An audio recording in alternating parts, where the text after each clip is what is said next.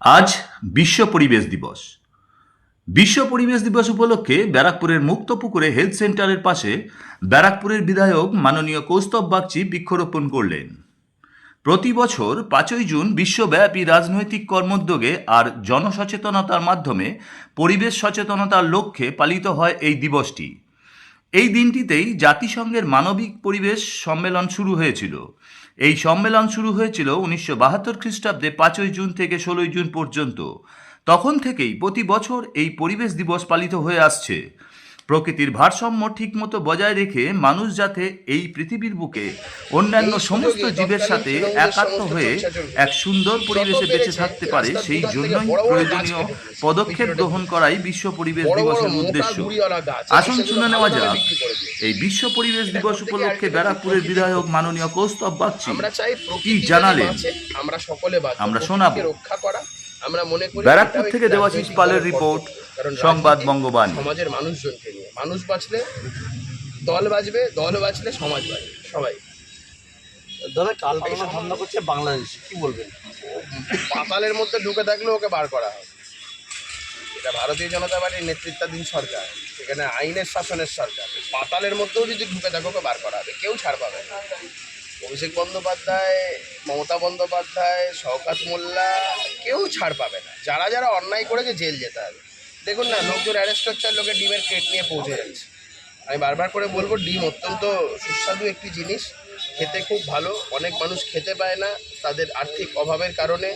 অনেক বাড়িতে এমনও আছে একটা ডিম দুভাগ করে খায় অনেকে, অর্থাভাবের কারণে।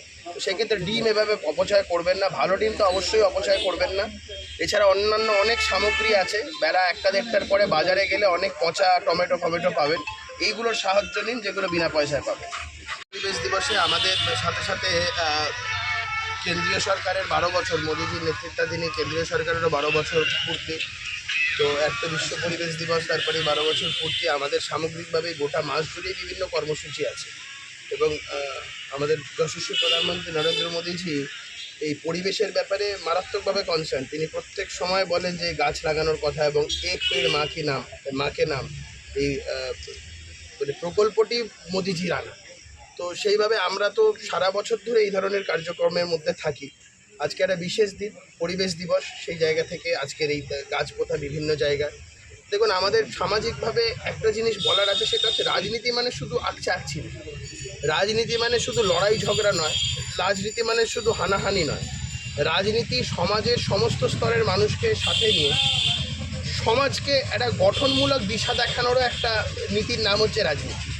এটা অনেকে ভুলে যায়, কিন্তু আমরা যারা ভারতীয় জনতা পার্টি করি, আমরা যারা দেশের প্রতি একটা সমর্পণের একটা চিন্তাভাবনা নিয়ে চলি, একটা দেশমাতৃকার সেবা করার চিন্তাভাবনা নিয়ে চলি, তো আমাদের সেই ক্ষেত্রে দলের একটা দলীয় নেতৃত্বের একটা স্ট্রিক্ট গাইডলাইন থাকে যে শুধুমাত্র রাজনীতি করতে গিয়ে ওই হানাহানি, মারামারি, তর্ক বিতর্ক, এর বাইরেও একটা অনেক বড় জগৎ আছে।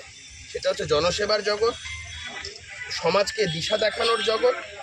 এই পরিবেশকে বাঁচানোর যে লড়াই, এটা আজকের দিন অত্যন্ত গুরুত্বপূর্ণ। আজকে গাছের অভাবে আমাদের একটা ইকোলজিক্যাল ব্যালেন্স নষ্ট হয়ে যাচ্ছে। ইকোলজিক্যাল ব্যালেন্স রেস্টোর্ড হোক, পরিবেশ সুন্দর হোক, এবং এর ফলে দেখবেন আপনারা আগের ক্লাইমেটের একটা সাথে আজকের দিনের ক্লাইমেটের একটা মারাত্মক চেঞ্জ হয়েছে এই গাছের অ্যাবসেন্সে। বহু জায়গায় গাছ কাটা হয়ে যাচ্ছে। যেমন আমি আপনাকে বলতে পারি, ব্যারাকপুরে 2010 সালে তৎকালীন রেলমন্ত্রী মমতা বন্দ্যোপাধ্যায় মেট্রো রেল প্রকল্পের ঘোষণা করেছিলেন।